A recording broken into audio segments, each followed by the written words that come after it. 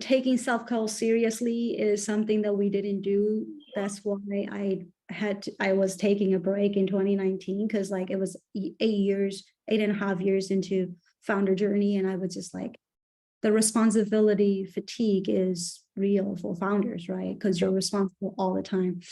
And we didn't take vacations for the first 3 years, and that's not healthy. And then after that, we did a little bit better.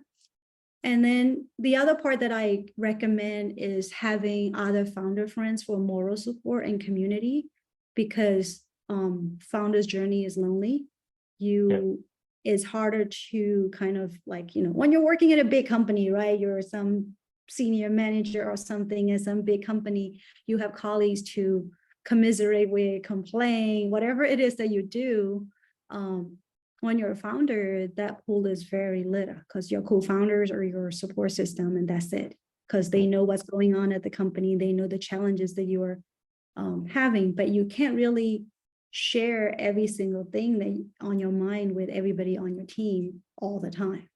So that's one thing that I personally didn't do very well the first time around, is I didn't have a community of founder friends. And this one, I came back in, now I have 2 different circles of founder network. One is through my MIT alumni network, with MIT Circle of Founders.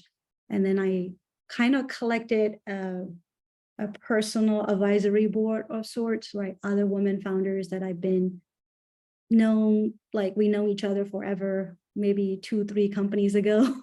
And, they may or may not be founders anymore, but they know the struggles and the kind of concerns that you have. So leaning onto folks who understand is a big, big way to make sure that you don't burn out.